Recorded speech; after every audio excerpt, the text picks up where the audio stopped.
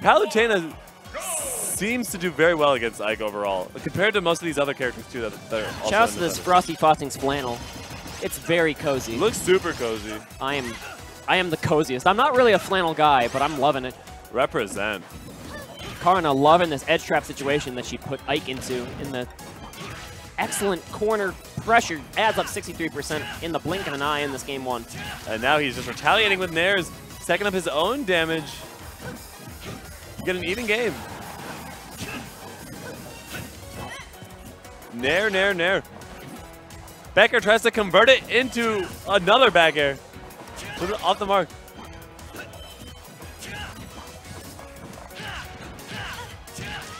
Nair, nair, up air. The elevator. That adds up to so much damage. But Sniper! The pillar call out.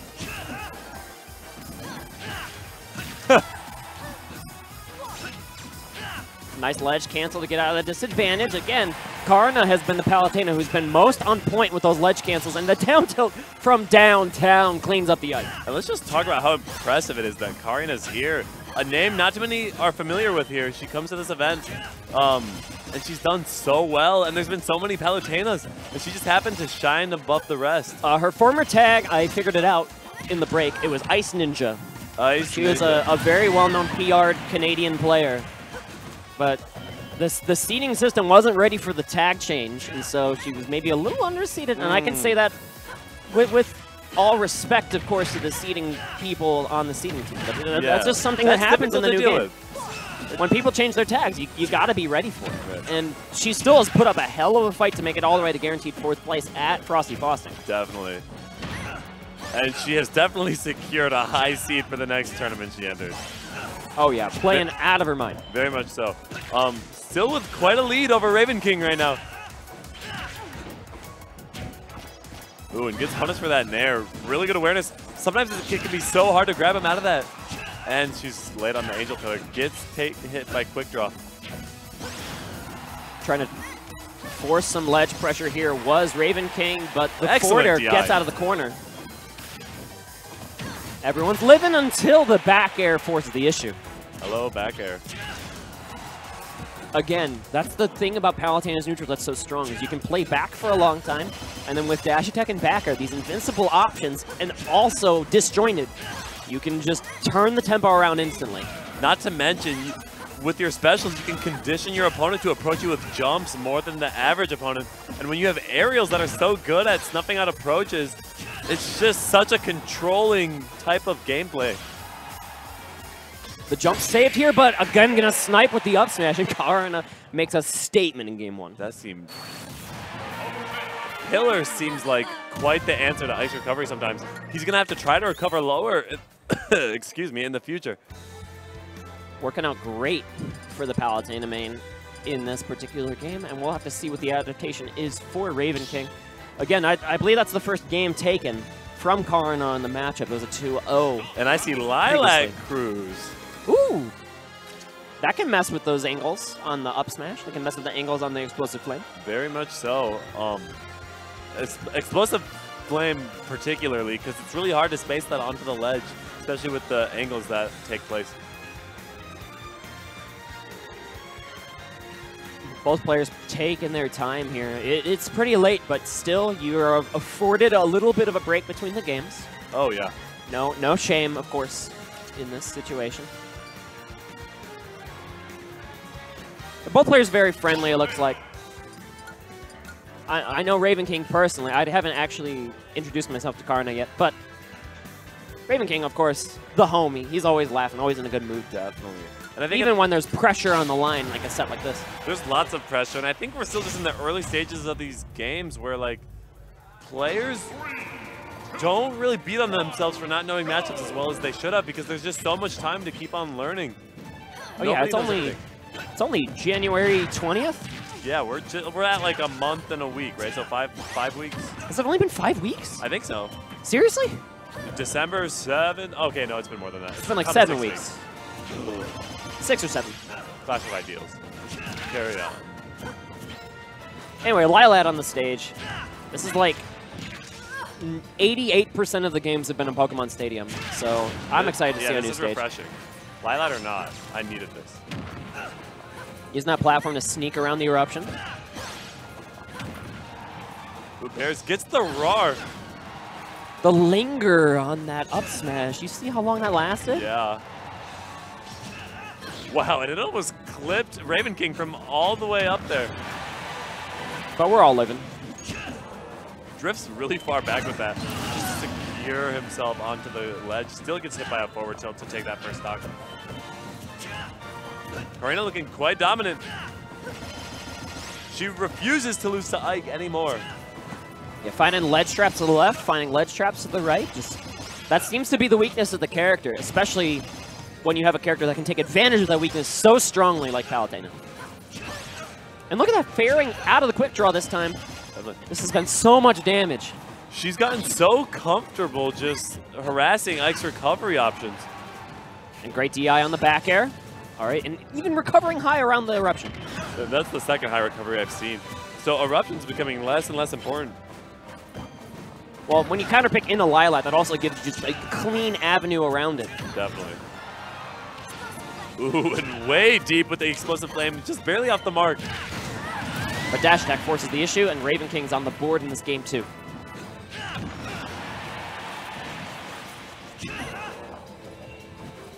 Ooh, goes for down tilt. Fading away back arrow, just the classic neutral tool in Palutena's arsenal. If you're gonna dash forward, I'm back here, and I'm hitting you with an invincible option. Yeah, and not only is that so safe, it's just so optimal. And she's using it to dissect this Ike. Back throw, yeet him out of here. Yeet. Another yeet and a half. You can tell it's late, because my yeets get more enthusiastic. That's the way it goes. I say them ironically earlier in the day, and then as we go on, they become less ironic. They just find their way into your vocabulary. That's the way humanity works, dude. Ooh, and forward tilt again. Looking really good. Ravenking on his last stock here in this game, too.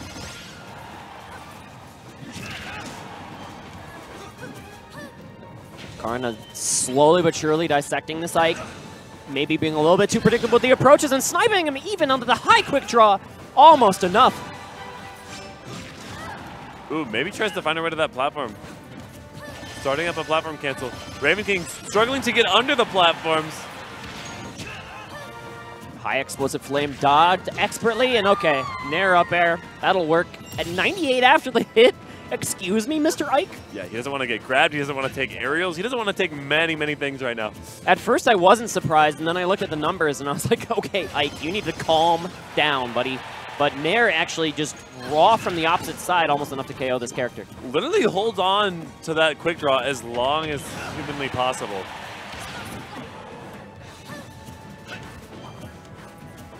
Still got to play really careful here. Okay, Nair from center stage. And that'll do it. Karina with a 2-0 lead over USGS Ravenking right now. And with Ned going to loser's bracket super early, you'd have to think Ravenking might have been one of the favorites to take the whole thing from winner's side, but he finds us back to the wall against an opponent you might not have expected if you just follow the Midwest scene. But Karina is here, traveling from Canada, to take some names. Winner of this will move on to play Frosty. Another player you might not have expected to make it as far as he did, but he's here, and he's angry probably that he lost to Earl of M in such a dominating fashion. And it's almost like these players have established a triangle where one exceeds in the matchup against another, but yet the other doesn't do as well as the one that beat the other. That might just be like the next 6 months of Smash Ultimate, because there's just so many matchups that you have to concern yourselves with.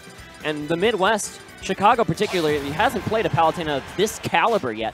So this might be the wake-up call we need to really freshen ourselves in the matchup. Because you see in like Tri-State and New York, there are Palutenas all over the place, at mid-level, high-level, everywhere. 4 days, yeah. But Karina, a Palutena veteran all the way from back in Smash 4 days, when she used to go by Ice Frog. Ice Ninja, excuse me. Ice Ninja. Ice Frog is a Dota 2 developer. So we're just making cross references all over the place. The early damage with Nairs once again controlling the stage and not letting Ravenking back on. Now it's Ravenking's turn, trying to just apply some nairs. They're trading across each other's shield. And she's really good at abusing Palutena's stronger movement speed and getting herself out of situations when need be. That's her job. Use that ground speed. We saw how effective it was in some certain matchups earlier on in this bracket. Truly. But the air-to-air combat finally finding the mark. Here comes Ravenking. He has something to say. Yeah, he just called her out with fair. And that's something he hasn't went for too often, because normally she just teleports back to stage. She probably thought she was a lot safer to just use the jump. Ooh, and great that was delay. Really good. Says that's my turn. Ravenking in complete control of this stock, and another ledge trap situation. Oh, and finds another grab. Forward throw up air. That's the Smash 4 classic, but doesn't quite find the mark. And look at it go! Wow. That just blew up Palutena. This FD pick putting in a lot of work for Ravenking. He's still got to win 3 games in a row. However, you can't think that far ahead. You got to think just in this moment. In this moment, you've got a 3-stock advantage for Ravenking. Oh, surely. Wow, the very last hit of Explosive Flame taking the stock. Karina trailing from behind, a whole stock down.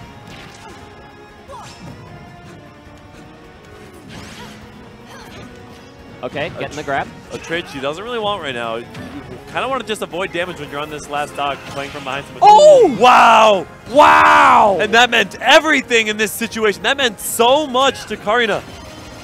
That was a kill at like 40%. And all of a sudden you get this Nair train going. Maybe, just maybe, the 3-0 is still in reach. But okay, it's Ravenking's time to come back. Wow. Spacing herself out with back airs, and that was so crucial. Now that Karina has the timing on that dare spike on the Aethers on the ledge, maybe that could even be scary on this last stock. And you have to respect that as Ravenking. Yeah, that's got to be something Ravenking's got in his mind now. He goes for his own dare. All right, dash attack forcing the issue, almost enough. Oh, wow. Sniping him with the eruption on the high hitbox. And now the counter pick is once again in Karina's hands. Once I saw her get like parallel to Ravenking off stage, I was like, ooh, this is going to be tough to recover from. Because when you're not at least a little bit higher when you teleport, it's really hard to get above that eruption. We saw how useful it was to have those Lilac platforms to retreat to above the eruption. Yeah. So something like a Kalos, although Kalos isn't on the stage list, something like a Town and City would be incredibly useful. It looked like Ravenking took a while to decide what his strikes were, too. Probably keeping those high recoveries in mind. And they're thinking about their stages long and hard here. They know what this is worth. The payouts, by the way, at this FGC tournament, FGC-style tournament, exceed dramatically. First place gets like a healthy sum payout. So that's good to hear. Playing for keeps is certainly in the FGC motto. Smash payouts are usually a little bit more well distributed amongst all the competitors who make top 8. But you know what? It's not better, it's not worse, it just is. When you're the highest attended game at this event, it's bound to be a pretty magnificent pot. And wow, the bear's off stage. Saying the stage is mine. Auto-canceling them brilliantly here is Karina, and it's just pinning Ravenking in the corner. And look at that, I was right on the counter pick. Town and City. Yeah, let's go me. Really good call. That was like a 1 in 8 chance. Shut up. You're really trying to make me look stupid. Whatever. Karina is looking pretty smart at the outset of this stock. Ooh, and really almost clipped him with that Angel Pillar. Great trade. And continuing the pressure, and then Nair almost enough to KO the Ike. He is a chunky boy, though. He ate his Wheaties this morning. He is a chunky. His Wheaties, his Brussels, he is good to go. Just boxing out of the corner with the forward air, the fastest aerial from Palutena's arsenal. Neither of these characters, especially at this point, want to be at the ledge because they have really gotten a hang of you. Ooh. Maybe went too low trying to avoid that Angel Pillar. That is the craziest SD because you just zoom. Yeah. It's like, I'm zooming all the way to the left and I'm going to die. But Ravenking miscalculating the recovery on the quick draw just a little bit here. Kind of a rare misstep on his part. Definitely. Yep, you're dead. It's just the measures that you take to try to avoid the exploitation from your opponent can lead to those SDs sometimes, and then you learn the hard way. There's still a lot to be learned in this game. Ravenking definitely adapting very fast. We've seen him beat Ned today. We've seen him beat many skilled players. But Karina trying to stop the bleeding in this set, and a 3-1 victory if she can. Packing lots of damage on Ravenking right now. But now she's in the disadvantage off stage. Retreating to that top platform. It's a little bit trickier for Ike to get up there, but he can, as you can see. Yes. He can't do the double jump into Nair to up air, though, on that platform, which is... Fair. Eruption is live. Okay, finding the perfect timing to get through that eruption. He wants these Nairs so badly. Nairs and eruptions. The Nair on the opposite 96 side. to 96. This is truly a clash of wills right now. But Karina now has the ledge trap going. Okay, sneaking by. Ravenking has learned his lesson, and he is not recovering high anymore. But he's killing off the top, which is what matters. Oh, no, and the directional air dash is going to cost him the stock. Very scary interaction, but okay, Karina gets the better of it. We'll see. This is Ravenking's tournament stock, potentially. Winner of this gets Frosty. Winner of that gets Earl of M for every single marble left in this venue. The whole bucket of them. And there's at least 2 buckets by estimation. Buckets of marbles. Many buckets. Oh, and the double jump's eaten? No, okay. Saved the whole way. You know Karina would look for that dare spike again on the Aether. Oh, truly. If that double jump was gone. Doesn't get the conversion into fair. What? Wow! Excuse me? The Canadian beast, Karina, eliminates Ravenking 3-1 with that crazy hitbox from the Angel Pillar. Oh my goodness. I have never seen that before.